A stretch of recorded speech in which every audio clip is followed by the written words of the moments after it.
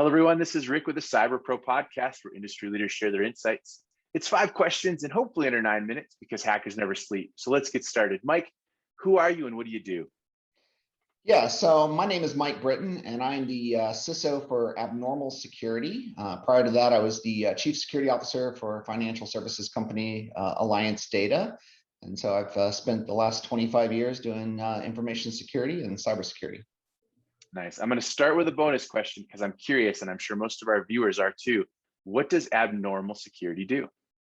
Yeah, so people love the name, and it's one of those things that we are a modern, effective approach on stopping bad guys with phishing attacks. So you think business email compromise, you think the fake invoices from the compromised vendor. We plug into the APIs for Google and Microsoft 365, and using machine learning and AI, we pretty much stop those completely.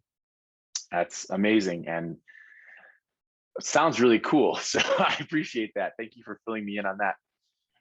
So let's jump into the next question. Why do you love being a cyber expert? I love it, and I've done it for so long. I love it because I love the pace. I love how much technology changes. I love the game of cat and mouse with bad guys. I love all the fast action and pace in the cybersecurity world. Do you have a story? I'm going to ask this question knowing we may cut it later, but maybe we won't. Do you have a story that sticks in your head about catching a bad guy? It's one of those things that probably my favorite one is we had an issue at my previous company where even though we had good password quality and things like that, there was a bad guy that got into, they were able to password spray attack a couple of our environments from an email perspective.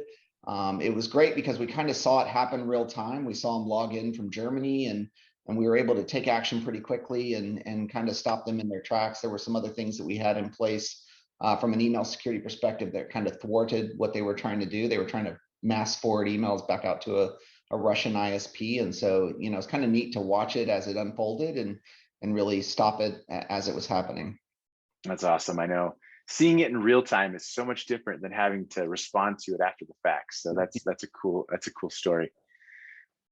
Today, cybersecurity is a top concern, and I always do air quotes on that because it's the buzzword. But what does cybersecurity as a top concern mean to you? I mean, it means it's in the news. When you have a board that reads the Wall Street Journal or flips on the news and they see things like Colonial Pipeline or SolarWinds, that's that first response of, okay, this happened out here. It's in the news. What does it mean for us? And bad guys, especially the ones that are financially motivated, if they're successful, they continue to push. And so, that's why we're seeing all the ransomware we're seeing today. That's why phishing attacks are still super effective. These guys are highly organized. And so it really is, it's almost like you're competing with another business. It's a business that's doing things, illegally and for financial gain, but they're still, highly organized and they know what they want. And they're still making money, unfortunately.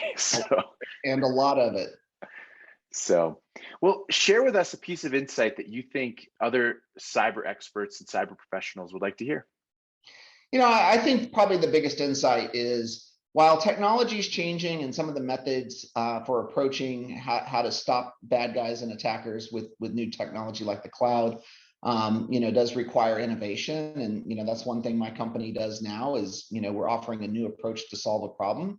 The other thing to remember is, there's a lot of the basic low-hanging fruit and blocking and tackling that's been out there forever, things that aren't quite as sexy as, cloud, like asset management, patch management, the basic things that companies really have to take serious. And you've got to get all those things buttoned up because, you look at it at the end of the day, most attacks happen because of poor access management, poor patch management, or not knowing where their assets lie.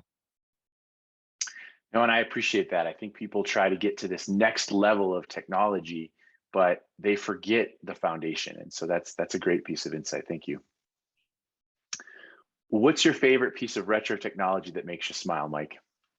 I like the flip phone or the non-smartphone. And I say that because, it's one of the ways that I've kind of introduced my kids. I have 5 kids, and so as they've gotten to that age where they are a little bit more independent and start tracking out on their own, that's kind of been their first phone is the dumb phone or the non-smartphone. And I look at myself, and with an iPhone, you're constantly tied to it. It's essentially a high-powered computer, and there's always this a need to be on the internet or Twitter or checking email. And there's something simple and nice about a flip phone that really, you can hammer out a clunky text, or you can make calls, and that's about all it's capable of doing.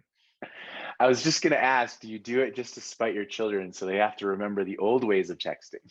Yes, I think it's good for them to understand life before Apple and Android, and this is really what the intent and purpose of a phone is to make calls and maybe send a quick text.